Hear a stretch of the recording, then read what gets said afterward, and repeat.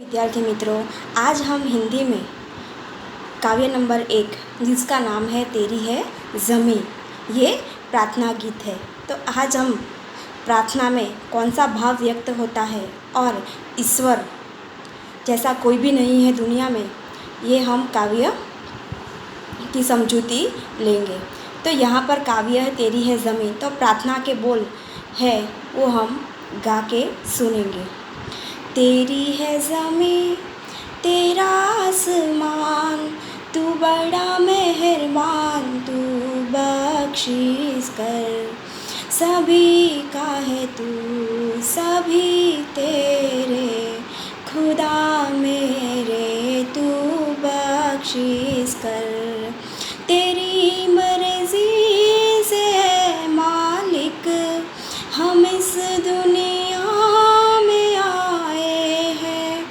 तेरी रहमत से हम सब ने ये जिस्म और जान पाए हैं।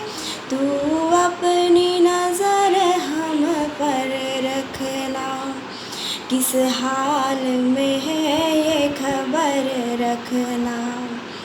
तेरी है ज़मीं तेरा आसमान, तू बड़ा मेहरबान, तू बख्शिश कर। तू चाहे तो हमें रखे, तू चाहे तो हमें मारे। तेरे आगे झुका के सर खड़े हैं आज हम सारे, ओ सबसे बड़ी ताकत वाले। तू चाहे तो हर आफत टाले। तेरी है ज़मीं तेरा आसमान, तू बड़ा मेहरबान, तू बख्शिश कर। सभी का है तू, सभी तेरे, खुदा मेरे तू बख्शिश कर। खुदा मेरे तू बख्शिश कर। चलो विद्यार्थी मित्र, आज तेरी है ज़मीं जो प्रार्थना गीत है, तो प्रार्थना के बोल हम लोगों ने सुने। तो प्रार्थना में क्या कहा गया है उनकी समझूती हम लोग लेंगे। विद्यार्थी मित्रों, जब हमारे जीवन में कोई भी संकट आता है तब हम क्या करते हैं, भगवान को प्रार्थना करते हैं। लेकिन हमें क्या करना चाहिए कि सुबह और शाम हमारी ज़िंदगी में से 10 मिनट निकाल कर हमें भगवान को याद करना चाहिए, उनका शुक्रिया अदा करना चाहिए। क्यों कि भगवान ने हमको धरती पर भेजा है। धरती पर भेजकर ये प्रकृति तत्व है, जैसे सूरज, चंद्र, आकाश, धरती, वृक्ष और फूल, पहाड़, क्या है, ये प्रकृति की देन है। हवा, जो हवा होती है, हवा की तेज़ लहर की आती है, वो कौन कर सकता है, भगवान ही कर सकता है। भगवान की मर्ज़ी के बिना धरती पर बारिश भी हो सकती नहीं है। तो आज हमारे जीवन में जो भी संकट आया है, संकट निकल जाए, इसीलिए हम भगवान को याद करते हैं और भगवान को प्रार्थना करते हैं। ऐसा भाव यहाँ पर व्यक्त किया गया है। और ईश्वर कैसा है, सर्वोपरि है। भगवान चाहे वो सब कुछ कर सकता है, उनकी मर्जी के बिना धरती पर एक पत्ता भी हिल सकता नहीं है। तो विद्यार्थी मित्रों, आज हम ये काव्य की समझूती आगे बढ़ाएंगे। तेरी है ज़मीं तेरा आसमान, तू बड़ा मेहरबान, तू બક્ષિસ કર। એટલે આપણને પ્રાર્થના ગીતના બોલમાં આપણને એવું સમજાવવામાં આવે છે કે ભગવાન, આ જમીન કોની છે, તારી છે, અને આકાશ પણ કોનું છે, તારું છે। તું ખૂબ જ દયાળુ છે, તે અમને બક્ષિસ એટલે કે તે અમને ભેટ અને ઉપહારના રૂપમાં ધરતી અને આકાશ આપ્યું છે। ભગવાન તું બધાનો જ છે અને અમે તમારા છે। એટલે કહેવાય છે કે ભગવાન તે જે અમને બક્ષિસ આપી છે, જે ભેટ આપી છે, તમારો ખૂબ ખૂબ આભાર। એવું આપણે પ્રાર્થના દ્વારા આભાર વ્યક્ત કરીએ છીએ। ત્યાર પછી આગળ છે, તેરી મરજી સે એ માલિક હમ ઇસ દુનિયા મેં આએ હૈ. એટલે શું કહે છે પ્રાર્થનામાં કે ભગવાન તમારી મરજીથી જ અમે આ દુનિયામાં આવ્યા છે, તમારી દયા કૃપાથી જ અમે આ દુનિયામાં જન્મ લીધો છે, તમારી કૃપા વગર આ થઈ શકતું નથી. તો વિદ્યાર્થી મિત્રો આપણે જોઈએ કે ભગવાનની મરજી વગર કોઈ જન્મ પણ નથી લઈ શકતું અને કોઈ મૃત્યુ પણ પામી શકતું નથી. ભગવાનના હાથમાં છે જન્મ અને મરણ. આ પણ એક આપણને ભગવાને આપેલી અમૂલ્ય ભેટ છે. એટલા માટે ભગવાનની દયા આપણી પર ખૂબ જ અપરંપાર છે. ત્યાર પછી આગળ છે, યે જિસ્મ ઓર જા પાએ હૈ તું અપની નજર હમ પર રખના કિસ હાલ મેં હૈ યે ખબર રખના. એટલે શું કહે છે ભગવાનને આપણે ભગવાનને શું પ્રાર્થના કરીએ છીએ કે ભગવાન તે અમને જિસ્મ એટલે શું શરીર તો આપ્યું છે, પણ શરીરમાં જા એટલે શું પ્રાણ. શરીરની અંદર પ્રાણ પૂરવાનું કામ કોણ કરે છે? ભગવાન કરે છે. ભગવાન સિવાય કોઈ પણ આ કામ કરી શકતું નથી. એટલા માટે આપણે ભગવાનને પ્રાર્થના કરવાની છે કે તમે તમારી નજર અમારા પર હંમેશા માટે રાખજો. અમે કયા હાલમાં છે, કેવી પરિસ્થિતિમાં છે એ ખબર પણ કોણે રાખવાની છે? ભગવાને રાખવાની છે. એટલે ખબર એટલે કઈ રીતે કે આપણે સુખના સમયમાં છે કે દુઃખના સમયમાં છે એ દેખરેખ રાખવાની જવાબદારી કોની છે? ભગવાનની છે. એટલે આપણે ભગવાનને પ્રાર્થના કરવાની છે. વિદ્યાર્થી મિત્રો, એટલા માટે જ તમને કહું છું કે આપણે સુખમાં ભગવાનને પહેલાં યાદ કરવા જોઈએ. દુઃખમાં તો ભગવાન આપણું ધ્યાન રાખે છે. એટલે આપણે સુખમાં ભગવાનને પહેલાં યાદ કરીએ છીએ તો સંકટ સમયમાં ભગવાન આપણો હાથ તરત પકડીને આપણને સંકટમાંથી બહાર કાઢે છે. એટલા માટે કહે છે કે તેરી હે જમી તેરા આસમાન. એટલે ભગવાન આપણી પર નજર રાખે છે કે આપણે કઈ પરિસ્થિતિમાં છે. આગળ, તું ચાહે તો હમે રખે તું ચાહે તો હમે મારે તેરે આગે ઝુકા કે સર ખડે હે આજ હમ સારે. એટલે ભગવાનને આપણે શું કહેવાનું છે કે ભગવાન તારી મરજી વગર કંઈ પણ થઈ શકતું નથી. વિદ્યાર્થી મિત્રો, આપણે જોઈએ કે વરસાદ, આપણે કહીએ કે વરસાદ પડતો વરસાદ પડે છે? નહીં, એ પણ ભગવાનની મરજી વગર વરસાદ પણ વરસી શકતો નથી. ત્યાર પછી બીજું એક ઉદાહરણ તરીકે આપું છું કે ભગવાન ફૂલ પણ શું છે? પ્રકૃતિ તત્વ છે. તો પહેલાં શું હોય છે? ફૂલ બનવા પહેલાં એક નાની અમસ્તી કળી હોય છે. કળીમાંથી ફૂલ ખીલવાનું કામ કોણ કરે છે? ભગવાન ભગવાન સિવાય કોઈ પણ કરી શકતું નથી. તો કહેવાય છે કે તું ચાહે તો જ અમને ધરતી પર રાખી શકે છે અને તું ચાહે તો અમારા પ્રાણ પણ લઈ શકે છે.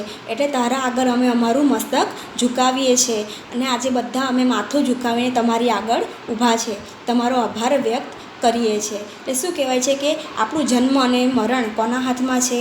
ઈશ્વરના હાથમાં છે. માણસનું શરીર હોય છે, પણ શરીરમાં પ્રાણ તો કોણ પૂરે છે? ભગવાન જ પૂરે છે. કેમ કે ભગવાનની મરજી વગર કોઈ જન્મ પણ લઈ શકતું નથી અને મૃત્યુ પણ પામી શકતું નથી. જો આપણી પાસે શરીર તો હોય છે ત્યારે, પણ જ્યારે શરીર હોય અને એમાં પ્રાણ ન હોય તો એ કેવું? એક ખોડિયું બની જાય છે. એટલા માટે આપણે આજે ભગવાનની આગળ આપણું મસ્તક ઝુકાવીને ઊભા છે અને આપણે ભગવાનને કેવા કહીએ છીએ કે તમે બધા કરતાં ખૂબ જ તાકાતવાર છો, સર્વશક્તિમાન છો, તમારા જેવું કોઈ પણ નથી. એટલે કહેવાય છે, ઓ સબસે બડી તાકત વાલે તું ચાહે તો હર આફત તાલે. એટલે શું કહેવાય છે કે ભગવાન તમારી મરજી હોય ને તો ગમે તેવા સંકટ હોય એ સંકટ પણ દૂર થઈ જાય છે. તમે સર્વશક્તિમાન છો. આ તમારું જ આકાશ છે, તમારી જ ધરતી છે. ધરતી પર તે અમને જન્મ આપીને ખૂબ જ સારું કામ કર્યું છે કે જેથી અમે આ પ્રકૃતિ તત્વને નિહાળીએ છીએ અને દુનિયાને અમે જોઈ શકીએ છીએ અને સૂરજ, ચંદ્ર, તારા, વૃક્ષ, પાણી, પહાડ જેવા વિસ્તારને પણ અમે જોઈ શકીએ છીએ. આ પણ શું છે? એક પ્રકૃતિ દેન છે. પરમાત્મા દ્વારા આપણને મળેલી એક આ ઉપહાર રૂપે બક્ષિસ છે.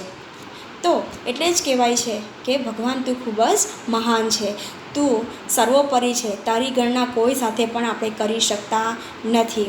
આ ભાવ આ કાવ્યમાં વ્યક્ત કરવામાં આવ્યો છે. તો વિદ્યાર્થી મિત્ર, હમણાં હાલની પરિસ્થિતિમાં આપણે જોઈએ તો હમણાં શું ચાલી રહ્યું છે સંકટમાં? કોરોના એ ખૂબ જ મોટી મહામારી છે. આપણે જોઈ રહ્યા છીએ કે છેલ્લા 7 થી 8 મહિનાથી આપણે આ વાતાવરણમાં રહીએ છીએ. તો આપણે સૌ મળીને ભગવાનને પ્રાર્થના કરીએ છીએ કે ભગવાન, અમે જે આ સંકટ સમયમાં છે તેમાંથી બહાર કાઢવાનું કામ કોણ કરો? તમે અમને કરો, આ સંકટને દૂર કરો. તમારાથી બધું જ થઈ શકે છે, તમારા માટે કંઈ પણ અશક્ય નથી. એટલા માટે આપણે સૌ સાથે મળીને પ્રાર્થના કરીએ છીએ કે આ ધરતી અને આકાશ સૌ તમારા છે, એના રહેનાર પણ તમારા છે. તમે શરીર પણ આપ્યું છે, શરીરમાં પ્રાણ પણ આપ્યું છે, એને સાચવવાની જવાબદારી કોની છે? હવે ભગવાનની છે. તમે અમને હરેક મુશ્કેલીમાંથી દૂર કરજો, એવી આપણે ભગવાનને પ્રાર્થના કરવાની છે. चलो बच्चों, अब हम लोग ये शब्दार्थ लिखेंगे. ज़मीन यानी कि धरती, आसमान यानी कि आकाश, મહેરબાન એટલે કૃપાળુ, બક્ષિસ એટલે શું? ભેટ, ઉપહાર, સભી એટલે કે બધાના, ત્યાર પછી ખુદા એટલે ભગવાન, માલિક એટલે ઈશ્વર, રહેમત છે એટલે કે કૃપા છે, જિસ્મ એટલે શરીર, જા એટલે કે પ્રાણ, નજર यानी कि दृष्टि,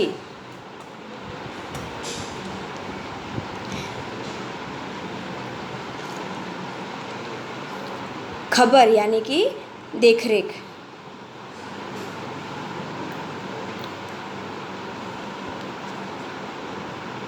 सिर यानी कि मस्तक, ताकत वाले यानी कि शक्तिशाली,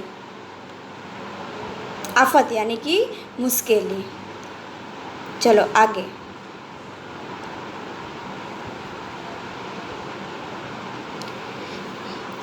आपके मत से सृष्टि में सर्वोपरि कौन है? हमारे मत से सर्वोपरि कौन है? ईश्वर है. क्यों? क्योंकि उसने हमें बख्शिश के तौर पे ज़मीन, आसमान जैसे तत्व दिए हुए हैं, इसीलिए सर्वोपरि कौन है? ईश्वर है. आगे. आप भगवान से क्या प्रार्थना करते हैं? हम भगवान से यही प्रार्थना करते हैं कि तेरी मर्ज़ी से हम इस दुनिया में आए हैं, तेरी रहमत से ही हम सब इस दुनिया में रुके हुए हैं, तो तुम अपनी नज़र हम पर रखना. हम यह भगवान से प्रार्थना करते हैं. भिन्न भिन्न धर्म के लोग प्रार्थना करने के लिए कहाँ कहाँ जाते हैं? तो जो अलग अलग धर्म निभाते हैं वो लोग प्रार्थना करने के लिए कहाँ कहाँ जाते हैं? कि सब लोगों का ध्येय क्या है? प्रार्थना करना है. प्रार्थना करने से क्या मिलता है हमें? प्रार्थना करने से हमें मन की शांति मिलती है. तो यहाँ पे हम लोग का ध्येय एक ही है कि प्रार्थना करना, लेकिन सब लोग अलग अलग धर्म और संप्रदाय में बटे जाने की वजह से प्रार्थना करने के लिए अलग अलग स्थल पर जाते हैं. जैसे कि हिंदू कहाँ जाते हैं? मंदिर में जाते हैं. मुस्लिम है वो कहाँ जाते हैं? दरगाह पे जाते हैं. उसके बाद है सिख होते हैं वो कहाँ जाते हैं? गुरुद्वार में जाते हैं. इसी तरह सभी लोग अपने अपने हिसाब से भगवान को प्रार्थना करने के लिए जाते हैं. इसके बाद है कि कवि ईश्वर से क्या चाहते हैं? कवि ईश्वर से यह चाहते हैं कि तू चाहे तो हमें मार भी सकता है, तू चाहे तो हमें रख भी सकता है, इसीलिए तुम अपनी नज़र हम पर रखना और ये जिस्म और जान जो है उसकी देखरेख आप रखना. यह कवि प्रार्थना करते हैं. आप ईश्वर से प्रार्थना किस समय करते हैं और क्यों? हम ईश्वर से प्रार्थना सुबह और शाम प्रार्थना करते हैं. क्यों करते हैं? कि हमारे ऊपर जो भी आपत्ति हो, जो मुश्किलें हो, उसमें से बाहर निकलने का काम कौन करता है? भगवान करता है. इसीलिए हम भगवान से प्रार्थना करते हैं. उसके बाद है तू अपनी नज़र हम पर रखना, ऐसा कवि क्यों कहते हैं? क्योंकि शरीर और शरीर के अंदर प्राण किसने दिए हैं? ईश्वर ने हमें दिए हैं। इसीलिए हमें भगवान से प्रार्थना करनी चाहिए। इसीलिए कभी भी प्रार्थना करते हैं कि तू अपनी नज़र हम पर रखना। कवि किसे सबसे ताकतवर मानते हैं और क्यों? कवि ईश्वर को ही सबसे बड़ा ताकतवर मानते हैं, क्योंकि वो कहते हैं कि भगवान ने हमें बख्शिश तो दी है और भगवान की मर्ज़ी से ही हम इस दुनिया में आए हैं। इसीलिए हम किस हाल में है ये खबर भी भगवान आप ही रखना। आपके सामने ही हमने सर झुकाया है। भगवान आप चाहे तो हमें बचा भी सकते हैं और मार भी सकते हैं। आपसे बड़ा ताकतवर इस दुनिया में कोई भी नहीं है। इसीलिए कवि खुद से क्या कहना चाहते हैं कि कवि खुद से यह कहना चाहता है कि जो भी मुश्किलें हमारे जीवन में आए तो आप उसे संकट से हमें बाहर निकालना, क्योंकि आप सबसे बड़े ताकतवर हैं। इसीलिए भगवान यह प्रार्थना करते हैं। तो विद्यार्थी मित्रों, आज आपको ये स्वाध्याय और अभ्यास लिखना है।